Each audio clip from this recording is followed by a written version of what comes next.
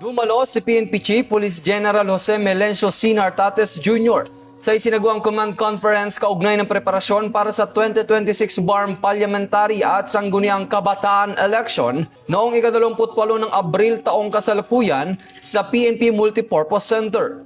Pinangunahan ng pulong ang koordinasyon ng iba't ibang ahensya ng pamahalaan at partner organizations upang matiyak ang maayos, mapayapang halalan. Kabilang sa mga dumalo ang mga kinatawan mula sa Commission on Elections, AFP, Philippine Coast Guard, DILG at iba pang election stakeholders. Binigyan din ng PNP ang kanilang matibay na pangako na tiyakin ang seguridad ng halalan sa pamamagitan ng pinaigting na koordinasyon alinsunod sa adikaing bagong PNP para sa bagong Pilipinas. Serbisyong mabilis, tapat at nararamdaman.